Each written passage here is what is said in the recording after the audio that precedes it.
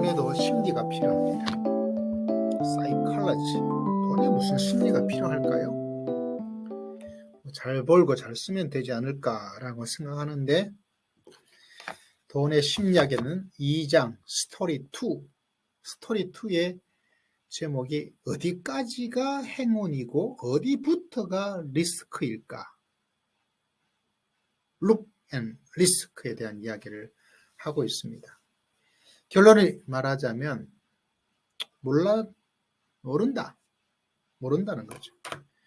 그러므로 혹여나 내가 행운을 잡게 되었다라고 하더라도 본인이 많이 노력을 했다, 이렇게 해봤다라고 말하지만은 그런 행운과 성공이 결코 자기의 노력만으로 되는 건 아니다.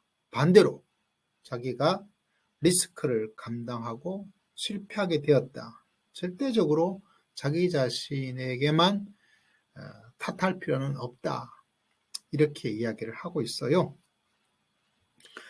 빌 게이츠 아시죠? 이렇게 말을 했네요. 성공은 형편없는 스승이다. 똑똑한 사람들을 깨어내어 자신은 절대 실패하지 않는다고 믿게 만든다.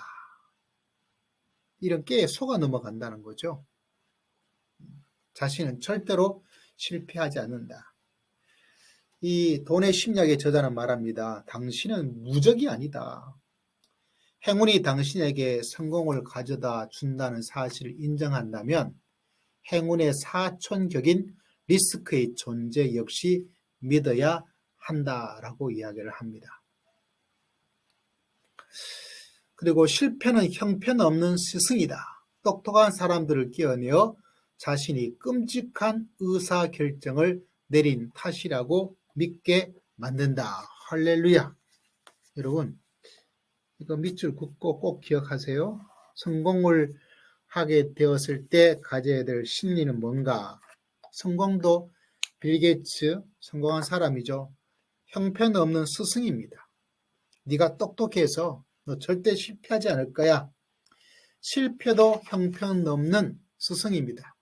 사람들을 끼어내어서 다 네가 잘못해서 결정해서 그런 탓이다라고 해서 사람을 더욱더 실패의 수렁텅이에 빠뜨리게 된다는 것을 이야기를 하고 있는 거죠. 사람은 알 수 없어요. 사람은 정말 알 수 없는 것. 인생에 행운이 다가온다, 성공하게 되었다, 자기가 다 잘나서 되는 것 절대로 아닙니다. 이런 여러 가지 일들이 복합적으로 이루어져서 사람이 성공을 한다라고 보는 것이지 자기 자신의 오직 하나의 노력으로만 이루어지는 것은 아니다. 우리가 흔히 말하자면 행운이다라고 이야기를 할 수밖에 없다는 것을 이야기를 하고 있는 거죠. 그러므로 나한테 행운이 좀 있었나 보다. 이 책의 투자의 위대한 워런 버핏은 제가 이름 들어봐서 알아요. 이 사람의 초창기 멘토, 가치 투자의 아버지 벤저민 그레이엄. 근데 이 사람이 투자를 잘 했나 봐요. 투자의 성공의 대부분이 보험회사 가이코의 주식을 다량으로 보유하고 있었는데 아마 이 가이코 보험회사 주식이 아마 이 회사가 잘 됐나 봐요. 그런데 재밌는 것은 이 주식이 잘 되어서 벤저민 그레임이라는 이 분이 성공을 하게 되었는데 이 가이코, 이 보험회사 있잖아요. 근데 이 보험회사 가이코가 벤저민 그레이엄이 이렇게 하면 이렇게 수익이 좋아질 거라고 설계를 하고 도와주고 조언을 해주었나 봐요. 그런데 그 보험회사 가이코가 벤저민 그레이엄의 모든 설계와 모든 도움을 완전히 다 어겨버리고 반대로 했나? 다르게 했나 봐요. 그랬는데 이 가이코 회사가 잘 되었대요. 그래가지고 이 주식을 가지고 있는 벤저민 그레이엄이 가치 투자의 아버지가 되었대요. 이거 무슨 말도 안 되는 이야기가 있을까요? 야, 제대로 만약 이 벤저민 그레이엄의 가르침과 또 이야기를 듣고 가이코란 이 보험회사가 그대로 따라했으면 망했겠어요. 이게 실력일까요? 이게 운일까요? 이 책이 말하고 있는 것은 심리적으로 뭘 한 가지 결정적으로 결론을 짓지 말아라 라고 이야기를 하는 거죠.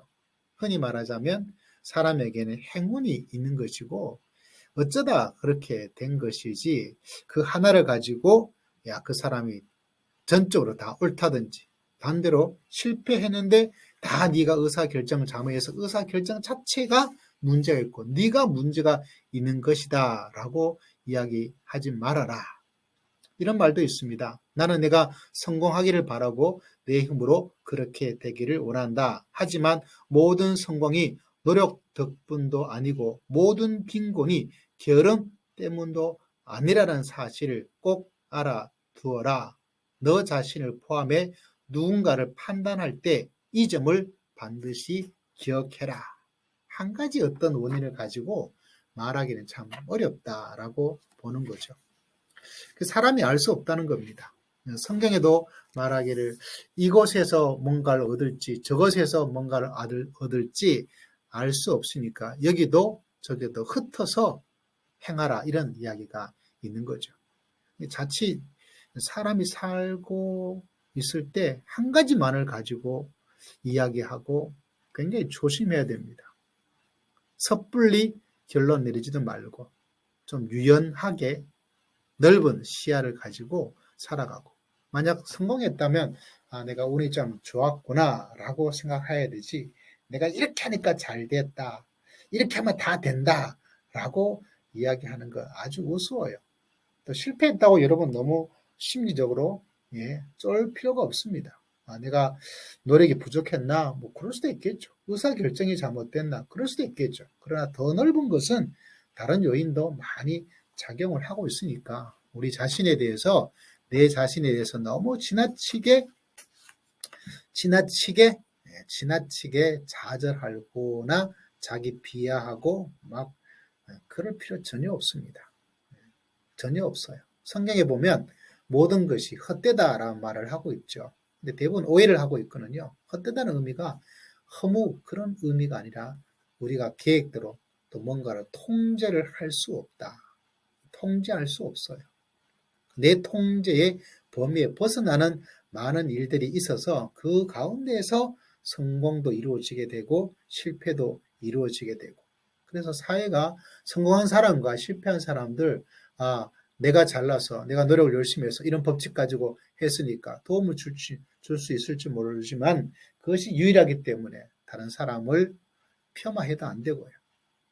자기 자신을 너무 우월하게 생각해서도 안 되고 또 일이 잘 안 되고 있는 사람은 내가 너무 못났기 때문이다.